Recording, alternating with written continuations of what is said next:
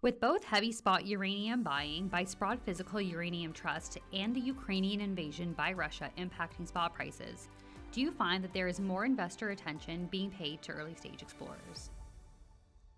There is definitely more attention being paid to the sector and in particular early stage explorers since the sort of global elements. We've got war in Ukraine, we've got buying in the open market of spot. It's created quite an environment, but certainly there's investor enhancement, there's investor reaction now that we haven't seen in a few years, and obviously the spot price is up. So we've got sentiment, and that's a very big thing in any sector, and particularly the uranium sector, which had a good long bear market. Why have you decided to focus exploration entirely on the Athabasca Basin? The Athabasca Basin really is ground zero for high-grade uranium discoveries. It's in a great jurisdiction. It has infrastructure, and it has the geological components that you need when you're looking for an element such as uranium. So it is our jurisdiction of choice, and we're invested there, and we're going to continue to work there. Having recently exited Peru, would you consider exploring outside the Athabasca Basin? Our primary jurisdiction of interest is Canada, and if we're looking for uranium, it really has to be the Athabasca. So while we do see projects in other jurisdictions, our focus at this point is solely on the Athabasca and in northern Saskatchewan. Your flagship is the East Preston. Does Azincourt plan to increase its ownership interest in the project? As it stands now, Azincourt has earned almost a 75% interest in the East Preston project through our JV agreement. We're looking to increase that stake, and everything leads us to believe that we'll be closer to 80% before too long. So yes, we certainly would like to increase our stake in the project. East Preston is in the southwest portion of the basin, not yet known for uranium production, but there are some very large, relatively new uranium discoveries located nearby.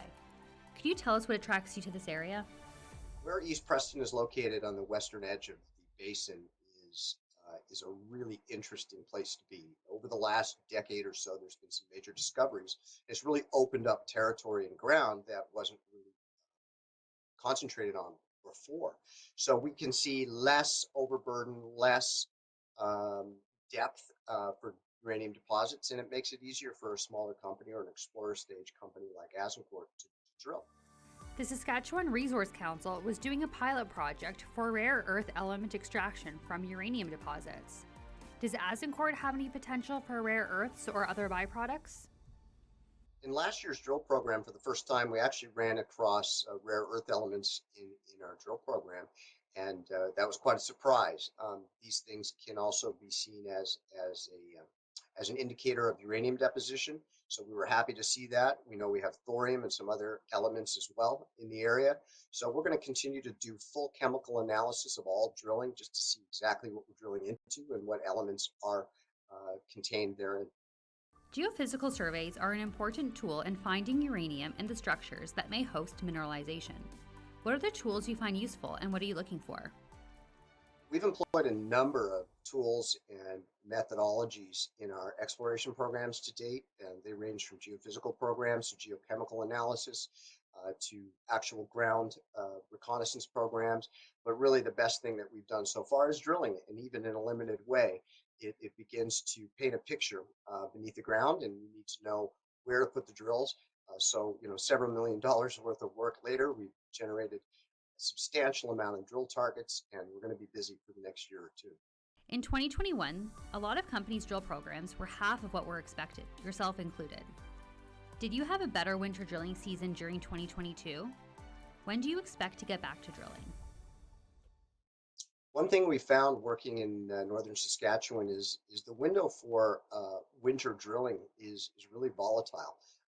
2 or 3 times in the last 3 or 4 years, we've had quick onset of spring weather, warm weather, which makes drilling and stability in the area very difficult to maintain.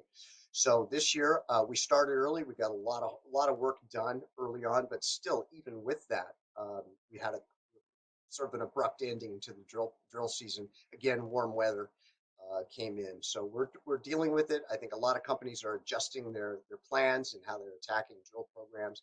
But we managed to get our full program in time this year. You listed on the OTCQB last fall. Has that helped you attract American investors and liquidity? Currently, we're listed on the OTCQB in the United States.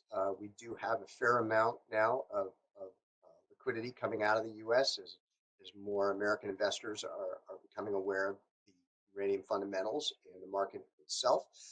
We're happy to be on the QB. We get a lot more visibility, and we're going to continue to try to engage U.S. investors. It's important that we have as big an audience as we can, and we're committed to growing that audience, nurturing that audience, and developing a relationship with people all over the planet.